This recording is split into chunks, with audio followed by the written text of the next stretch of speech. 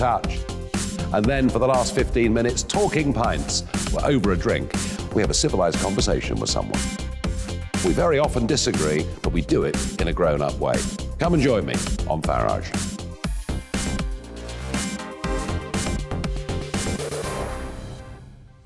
I'm Colin Brazier. I've reported from more than 70 countries around the world, covered wars from Afghanistan to Iraq, from Lebanon to the Balkans. I'm trying to bring that experience, that feel for events, to the studio. And something else, I'm ready to give an opinion. Today's stories with a spark. Brazier from 8 p.m. weekdays on GB News. Join us for the Political Correction. We're here every Sunday to correct politics and put you, the people, back in charge. We talk about all areas of the United Kingdom, including Northern Ireland. Our debate goes way beyond the Westminster Village. It's about the real country. It's about your opinion. So please, we want you to tell us what you think. This is the Political Correction. Every Sunday morning from 10 a.m. here on GB News.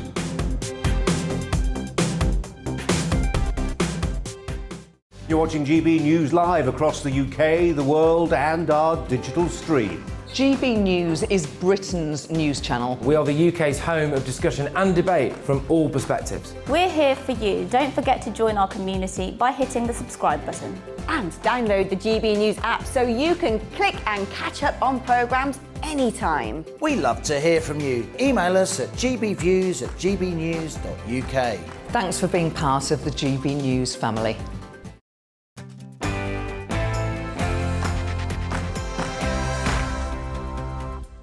Hello and welcome to a special programme here on GB News. I'm Nana Akua, and for the next half an hour, join me as I take you through a series of difficult but inspiring conversations.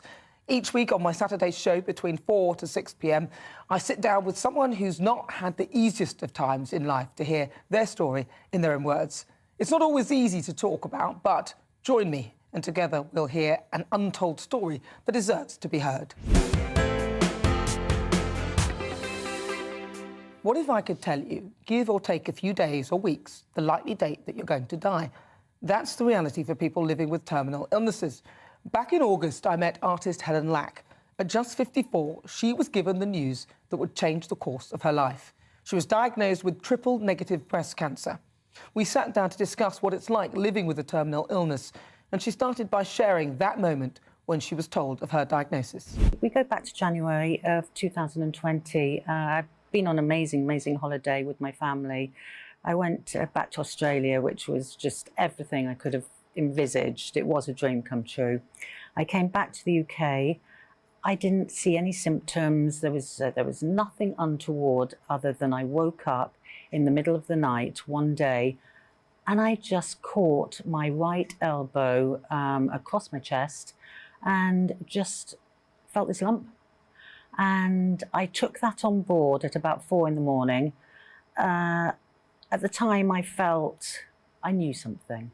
Instinctively, I knew something was wrong. And at that point, I kept it to myself. I didn't tell my husband or family. I needed to digest the news. Now, you say you found a lump. Was there any, you said there were no symptoms at all. How did that lump feel? Was it a hard lump? Did it feel detached? Sure, it just felt like sort of an acorn. It felt irregular in shape. Sometimes I think women do have symptoms and they know. It could be anything, it could be a rash. But in my case, it literally was the irregular lump. And from there, what did you do? And how long did it take you to sort of seek some form of help? I kept it to myself for 3 days. I had to sort of live with those 3 days knowing I wasn't being pessimistic, but I just felt it wasn't benign. It's though I knew that it was the breast cancer. And so therefore I probably just had to take that on board, digest it, process it. I told my husband, Chris, who said immediately go to the GP. They were fantastic. They saw me immediately and referred me to the NHS. But at that point, we wanted to fast track. So we went privately. You were fast tracked through to the NHS and then you were given the news. That was mind-blowing. I've written a lot of poetry and a lot of feelings about that time because the news just got worse. Instead of it getting better, I was in consultancy rooms and it was, yes, you've got triple negative and we can cure triple negative, which they could and they can. But it just seemed that my particular cancer, it was rare, it was aggressive, it was not going to be an easy road, and it hasn't been an easy road because of the high reoccurrence rate. This is the problem with this particular nasty cancer. It comes back, and when it does come back, I'll quote, it comes back in a vengeance. So now we know your cancer has come back. Yes. And we know that you're at a hospice. Sure. And you're working to sort of enjoy your life. And I'm having a lovely time. So talk to me about that. I'm having the most fantastic time. I have decided to embrace every day, and this is like, one would think, having a holiday. To me, it's having a peaceful holiday. The hospice is amazing. The staff are just like angels. And each day I bring something new to this, to the day. I bring in, it could be quotes, I'll bring in music, I'll bring art, I'll bring memories with my family, happiness, joy, because this is everything to me, this period of time. It's a gift. But to know when you're told that you have a certain amount of time left, how does that feel? How do you get through things? You accept it. The first thing, you accept it, and I think the second really important factor is you look at what you've done, and you look at where you are, and you look at how fulfilled as a person you are. And I feel I fit in all those categories. I've travelled, beautiful, beautiful family. My art has elevated to beyond my dreams. I mean, 5 years ago, I wouldn't have thought now it would have got to this level of recognition. So I'm very happy. You've got a big smile when you talk about it. I love my art with passion. 5 years ago, I decided to go to what I call 2D canvas.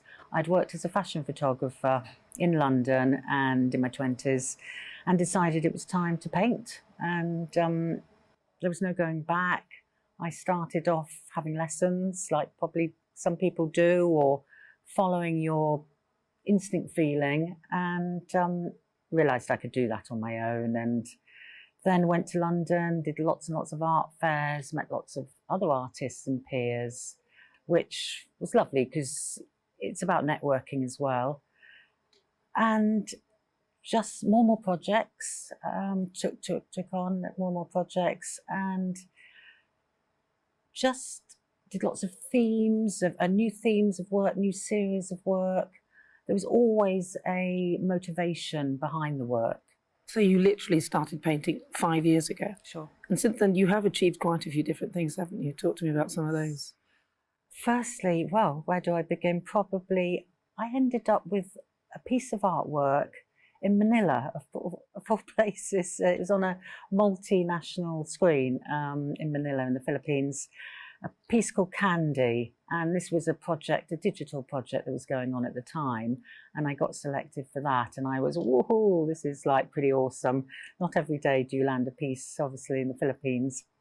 And following on from that, all sorts, I had a piece, Care of Art Below at Hyde Park Corner, that was on the Tube, and that was a great feeling to be literally on London Underground and see your work as posters. So that was cool, that was really cool. And then recently flannels, that was in honour of the NHS, care of a company called W1 Creates. Flannels have been exhibiting amazing art, and one of my pieces was selected on 34 channels in London. So my husband and I went to see that, and incredible. It was just, to see it filmed was really good. It's almost been a gift knowing that there is a limit and knowing where that limit is. Sure. And you seem to have you are making the most of it. Absolutely. And you look so happy. I am. I'm really happy, ever so happy. But you've had a lot of support, right? Your family? Lots and lots of support. My own family, obviously, my husband, my 3 children, incredible. And I must mention all the time my mother, my brother, and I have a twin sister. Do you? You got a twin sister? Yes. I couldn't do twins. If I had a twin sister, I'd be like, I'd probably be envious. You're not envious of each other? No. She's a documentary maker, is actually. She? Yes, oh, she wow. is. So she's in film, which is wonderful. And the family have been fantastic. Next, a subject that's been making headlines throughout the coronavirus pandemic, domestic abuse incidents of all forms that have been on the rise. So awareness and support are more critical than ever.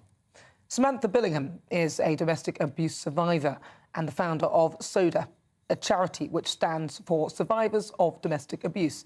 She told me about her personal experience of abuse and a mission to help others. When I first met him, it was in a local pub. He was very charming.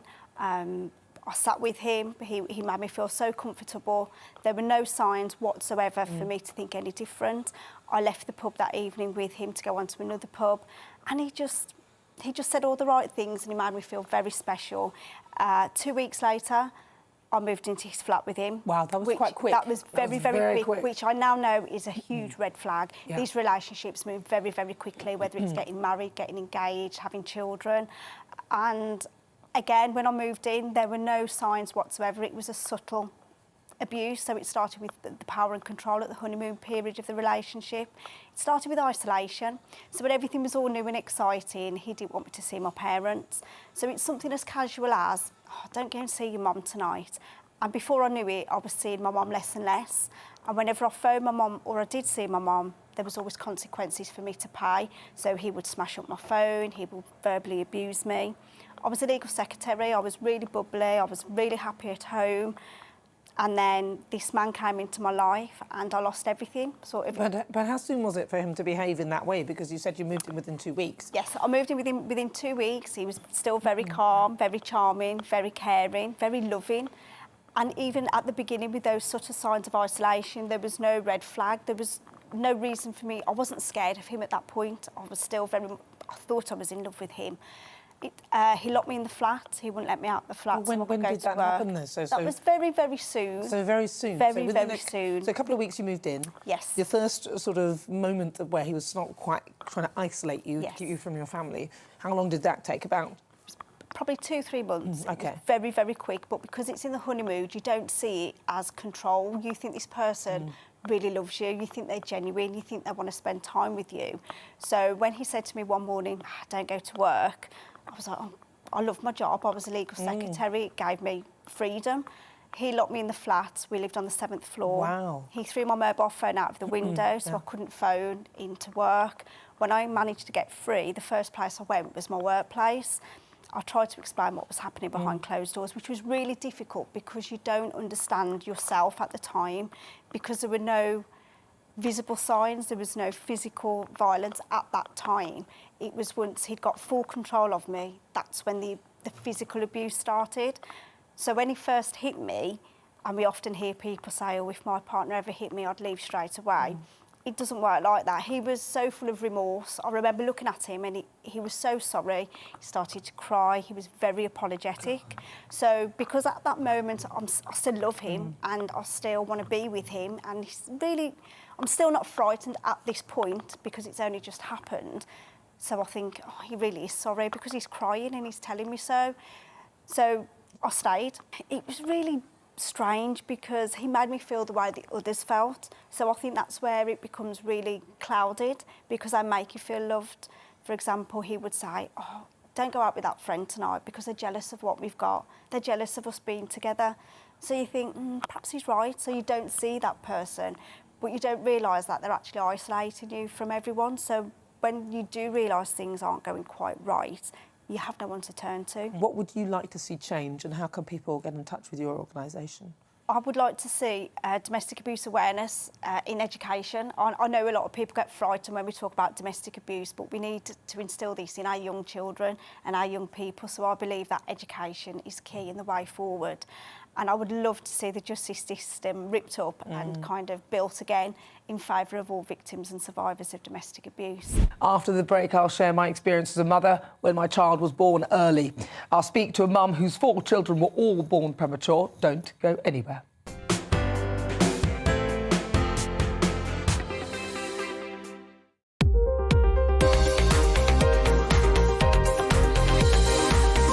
We store, pick, pack and post on behalf of e-commerce sellers. So the guys that you buy from online, particularly in the last couple of years, people have been stuck at home buying from people online. We actually ship that stuff out. So if you make stuff in your garden shed and sell it online, Hubu can take care of all the logistics, all the packaging, all the difficult stuff that really stops businesses from growing. We can. We're unique in doing it for a much broader range of clients. They've always been fulfillment companies, which is what a company like ours is called. But they've tended to work with big clients, clients that have relatively few items and that ship them in huge volumes. We work with clients of all sizes, complex clients, clients that sell second-hand or a vintage, small clients, people that do sell from their bedroom, so a really broad range. Tell us about the physical side of the business. It looks unlike a traditional warehouse, so we really revolutionised the way the warehouse floor works. There are some fundamental problems with warehousing, the biggest one being that it makes people miserable. It has them walking miles and miles every day. The micro warehouse collapses the business into a smaller warehouse that is run by a single individual. So that might be a picker or a packer. For us, they manage the whole thing, more like a retail unit, all of the inbound, all of the outbound, the picking, the packing, the posting. And crucially, they engage with the client as well. So they get that feedback loop that lets them know they're doing a wonderful job or helps them if they're not. How about your East End background? Does that help? It's made me tenacious and hardworking, but it's also made me very concerned that the people that work for us should be treated properly and paid properly.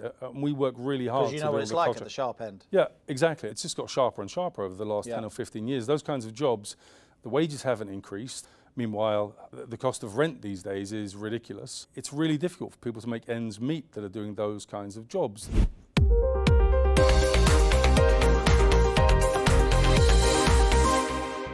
You're watching GB News live across the UK and the world on our digital stream. GB News is Britain's news channel. We are the UK's home of discussion and debate from all perspectives. We are here for you. Don't forget to join our YouTube community by clicking on that subscribe button. And if you want the GB News app, you can click and catch up on programmes anytime. We love to hear from you, so email us. gbviews@gbnews.uk. Thanks for being part of the GB News family.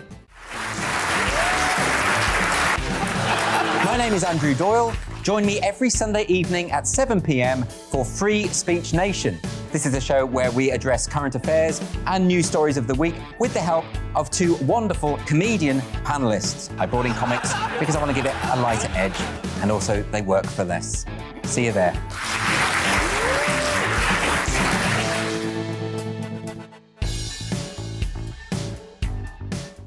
Join my show Farage, 7 p.m. till 8 p.m. Monday through Thursday, and there you will get opinion, analysis, debate, and I'll cover stories that nobody else dares to touch.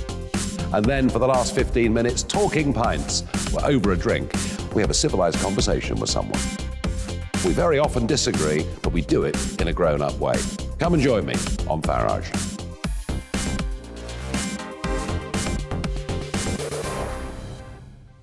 I'm Colin Brazier. I've reported from more than 70 countries around the world, covered wars from Afghanistan to Iraq, from Lebanon to the Balkans. I'm trying to bring that experience, that feel for events, to the studio. And something else, I'm ready to give an opinion. Today's stories with a spark. Brazier from 8 p.m. weekdays on GB News.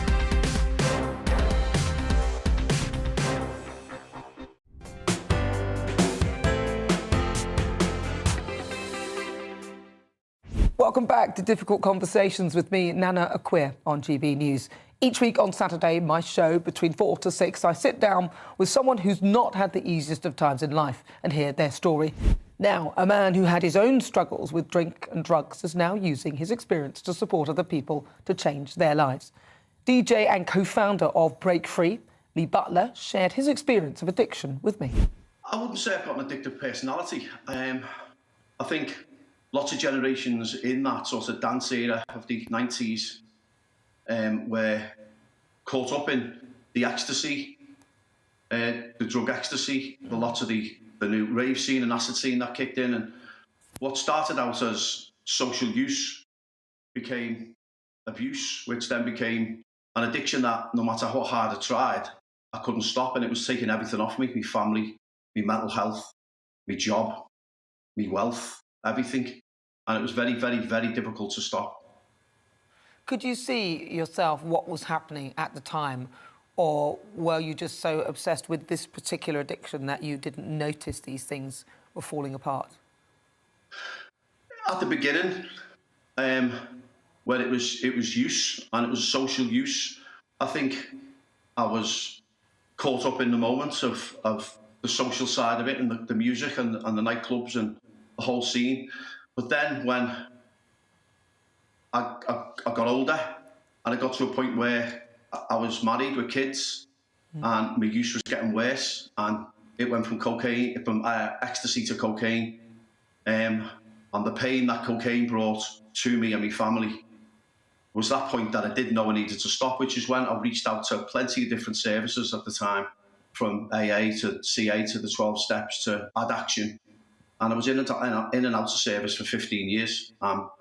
It was having a really horrendous effect on my family. It's 4.5 years now since I've had a drink or a drug, and I'm incredibly passionate about giving people hope that you can break free from your addiction. You really, really can. And the rewards, it's okay talking about the pain and the paranoia and the self-loathing and the horrendous places that addiction takes you to and what it takes off you, but it's also very important to talk about the incredible rewards that come in recovery and breaking free from your addiction, because when there's no hope in an addict, that's when it gets really, really, really difficult and dangerous, when someone feels like there is no hope for them.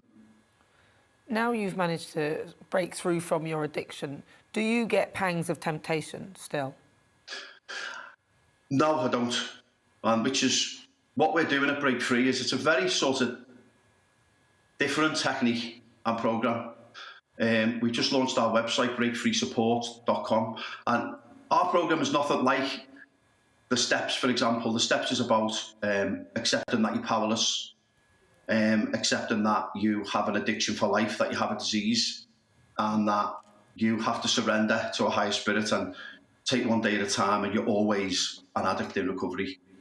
We completely disagree with that. I'm living proof that 4 years on, I never ever hear from my addiction. Our programme is all about learning to separate yourself from your addiction. So many people reach out and they're having arguments and battles every weekend. They want to get clean, they want to get free, but the weekend comes, it's Friday, the sun's out, work's finished, text off the girls, the sun's out, the match is on, there's a fight on the telly, and their addiction will start talking to them.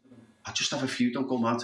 It's okay, you're not in work till Monday, you've worked hard, or I've had an argument, or good news or bad news, and this part of you that's developed your addiction, it will speak to you, it will generate thoughts about using, and until you can recognise them, it's like I've always said, you can't win an argument unless you can recognise your opponent, and this technique really gives you an opponent to recognise, and the rewards from the people that are with us at the moment is sensational. Now, last month was World Prematurity Day, a global movement to raise awareness of premature birth and the sometimes devastating impact it can have on families. And for every 13 babies born in the UK, one baby is born premature. And I know this because my own son, Ivory, he was born at 28 weeks and 3 days, and he spent 12 weeks in intensive care. Now, each neonatal experience will affect families differently. I shared my experience with Marsha Davis, who is the mother of 4 premature children. My eldest, she was born only 4 weeks early, so it wasn't anything major, but she caught strep B meningitis whilst on the ward. So she was in intensive care for 3 weeks. Then I had Ben, who was 29 weeks, then followed by Reese, 27 weeks, and my daughter Eleanor at 25 weeks, which that was the most horrendous one of all. That was really touch and go. Now, the thing is with premature babies, and the thing is that what they don't tell you, because you go and you do all the classes and everything, and nobody mentions that, oh, by the way, if it comes out a little bit early, then there's this whole section of the hospital that you may never have seen or never heard of before, and there's this whole experience that you may well have to go through. Nobody mentions any of that. After your first 3 who were premature, were you prepared for the fourth one that was premature? And was there any reason why the babies kept coming out slightly early? No, there's different reasons every time, and mostly my uterus just ruptured. But I think you're right, definitely, in that there's no scope for anyone knowing that neonatal units exist. You don't know until you're actually there and you're thrown into the deep end. With my youngest, the hospital wouldn't actually even tolerate my pregnancy. They said, you're not going to make it, so there's no point in seeing you. And then when she was born at 25 weeks, I mean, I've been there 3 times before, and I think that, I know exactly how this is going to go. And it was a complete different ball game, whereas there's a difference when you've got a bit of hope, but I had no hope at all with the 25-week one. I thought, this is it, she's not going to survive. And I think as a parent, that's the most devastating thing you can ever go through. Watching your baby cling to life on life support, knowing there's nothing you can do. Your whole entire life is literally in the hands of the nurses and doctors. They're quite... And the thing is, what people don't realise is those nurses and doctors are quite incredible. And they treat each of those babies like kings and queens. They literally do. And each one is, you wouldn't know that they weren't their children. And one of the things that really fascinated me was the fact that Ivory was so small, but yet he had he had cannulas, 2 in each arm, something in his leg, this, that and the other. I mean, there he was, all of that going on. He had this breathing thing on him, which stayed on him for about 6 or 7 weeks, and he still kept going. If this was me as an adult, I'd be like, oh, just finish me off, I've had enough of this. But they just kept going, and it's so amazing to see them when they actually, they're out there and they survive. What kind of support did you receive? I think I felt like, the reason why I set up the charity in the first place was because I was sat by her incubator, nothing you can do, and I just found that I didn't feel like there was any support. The nurses were fantastic. They were my biggest support network. And other parents, you become best friends with these absolute strangers because you have something in common. But I didn't feel like there was enough support. And that's why I set the charity, because I thought, what, if I can just help one of the parent, and it snowballed out of necessity. And now we have this huge community where there's, thousands of women right now all over the country that have got the babies in neonatal units, and they all talk to each other online, so they can be sat by an incubator having the worst day of their life, and they'll put a little rant, or they'll say, ask for advice. Has anyone else gone through this? And, hundreds of other women will support them and pick them back up on their worst days. And I think that is the best thing for parents right now. If you need help, if you need support, just go and ask for it. It's out there. It's definitely out there. Let's end the show by looking back at a hugely emotional conversation I had with Emma Brining. The tragic death of her partner, Yanis Kotranis, back in August this year, also saved the lives of some very sick people after he became a multi-organ donor. Just weeks after his death, Emma joined me alongside Olive McGovern, the chief nurse of organ donation at NHS Blood and Transplant, to talk about her experience. So I met Yanis when he was at work in a restaurant, and I was introduced to him, and I immediately was attracted to him, and we were put together obviously by a close friend, and we just were together after that straight away. He was adorable, he was a very generous man, very kind, very sacrificial, always put others before himself, didn't grumble, and a joy to be with. So yeah, he was the love of my life, I was his princess. And so the quality of the relationship was so fantastic and so amazing that I didn't need to ever worry about anything, really. Yeah. Mm. So you were with him for, how long were you with him? I mean, 2 years, which doesn't sound that long, but I think, as I said, the quality of the relationship meant that it was just so deep and so holistic and healing for me.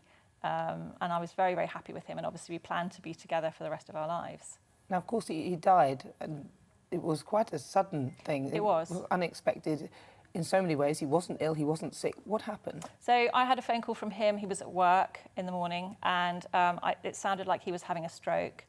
And I got there, and I wasn't sure then if he was having a stroke because he didn't have paralysis down one side of his face. The ambulance came. They didn't think he was having a stroke, but in fact he was having a hemorrhagic stroke, which doesn't always cause paralysis. And so he was taken to Watford General Hospital. And it was a catastrophic bleed. And so he was only given an hour to live. But he was given some medication, his eyes responded to light, and then he was blue lighted up to Queen's Square in London to the National Hospital for Neurology and Neurosurgery, and they operated the same day to remove the blood clot on his brain, and then he went into surgical ICU. And you were with him all this time? I was with him for the next 5 days in ICU, and obviously he was intubated when he came into London. So it wasn't immediately apparent after the operation how successful it had been. It took a few days to work out whether he could respond or not. It became clear there didn't seem to be any response. And he was given an EEG to see if there's any electrical activity in the brain, and there weren't any seizures happening. And so the consultant advised that there should be brain stem death tests done. So I had a discussion. I said, I remember just blurting out, what about organ donation? I'd never thought about it myself. I'm ashamed to say I'd never given it a second thought. And once I raised the possibility, then all the protocols and pathways changed for Yanis and also for myself.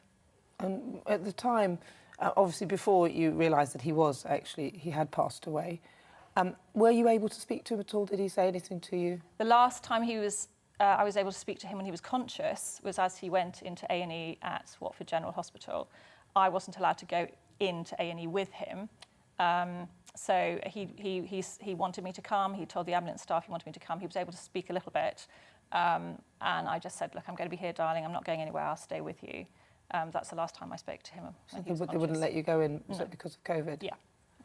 Oh, that's so sad that you didn't get to at least be there with him. I saw him that night just before he went to theatre, so I was with him. And because he became an organ donor, it meant that he was in ICU for longer because of the time it took then to do tissue matches. So I then had this sort of miraculous time where I was with him for a couple of days, although he passed away, where I could just be with him, lie next to him, talk to him, and he was treated as if he was still there. So he loved the Bee Gees and ABBA, so the nurses put that music on quietly on an iPad next to him.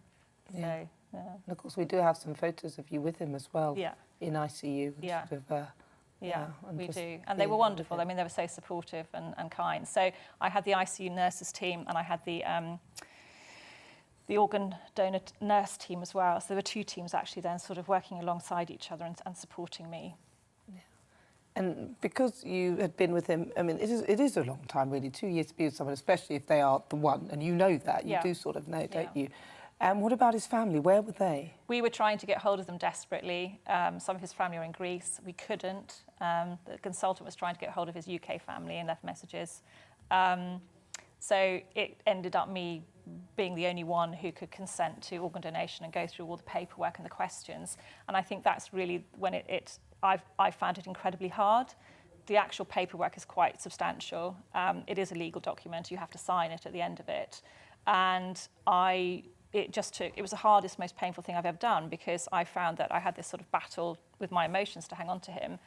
And yet the logic of, well, of course it's rational that I should say yes to these questions.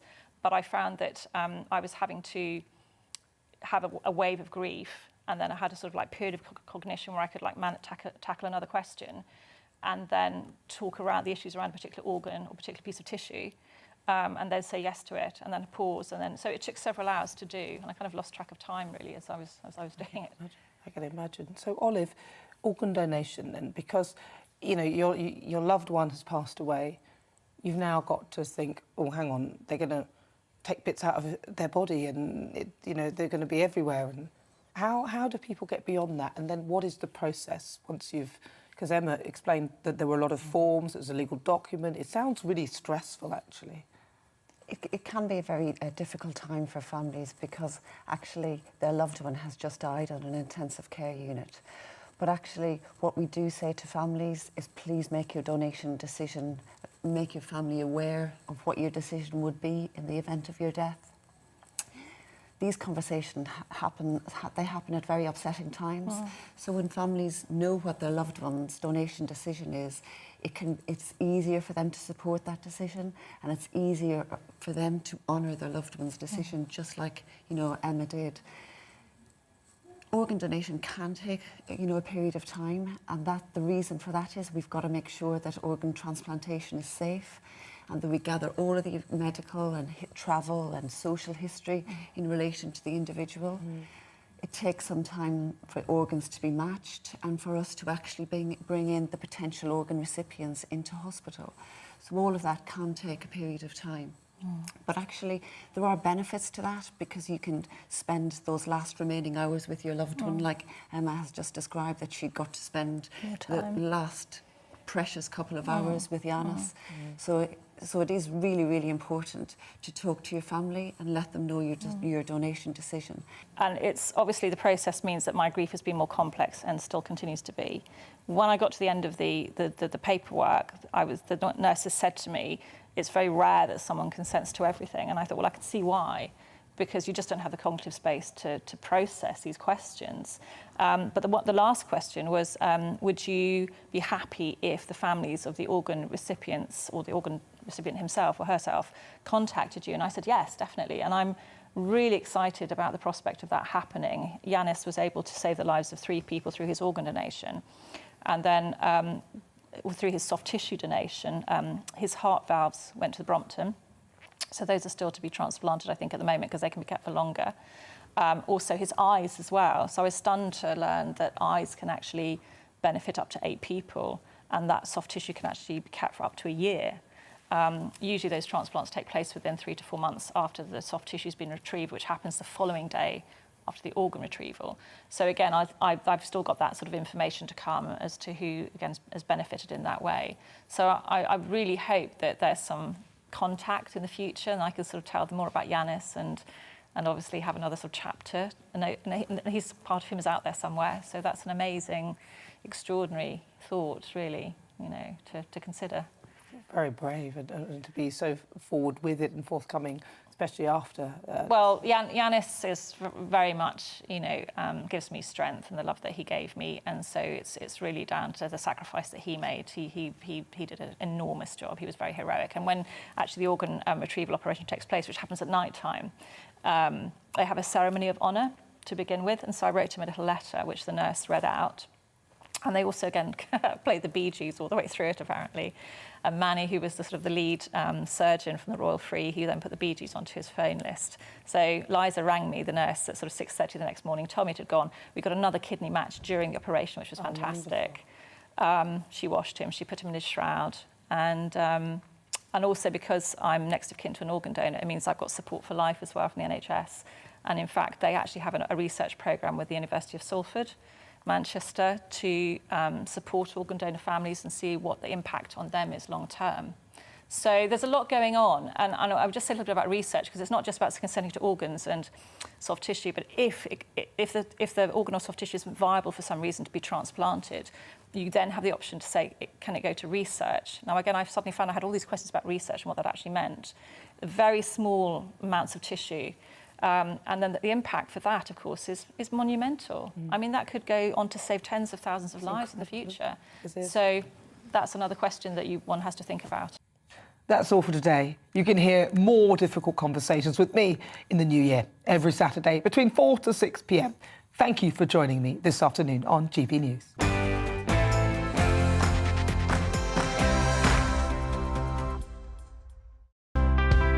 It's time to remind ourselves there's always another winter. Canary Islands sponsors the weather.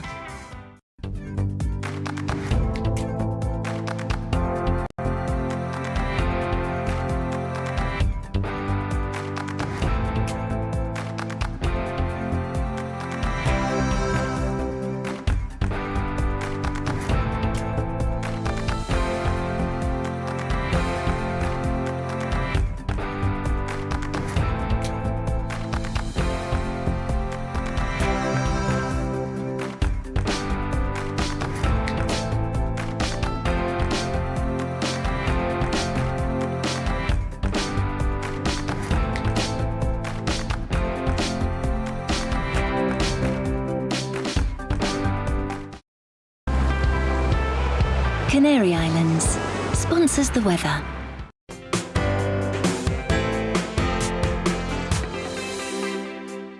You're watching GB News live across the UK and the world on our digital stream. GB News is Britain's news channel. We are the UK's home of discussion and debate from all perspectives. We are here for you. Don't forget to join our YouTube community by clicking on that subscribe button. And if you want the GB News app, you can click and catch up on programmes anytime. We love to hear from you, so email us. gbviews@gbnews.uk. Thanks for being part of the GB News family. My name is Andrew Doyle. Join me every Sunday evening at 7 p.m. for Free Speech Nation. This is a show where we address current affairs and news stories of the week with the help of two wonderful comedian panellists. I brought in comics because I want to give it a lighter edge, and also they work for less. See you there.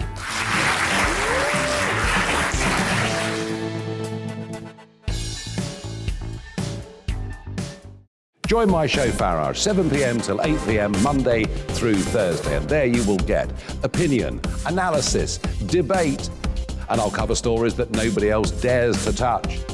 And then for the last 15 minutes, talking pints. We're over a drink. We have a civilized conversation with someone. We very often disagree, but we do it in a grown-up way. Come and join me on Farage.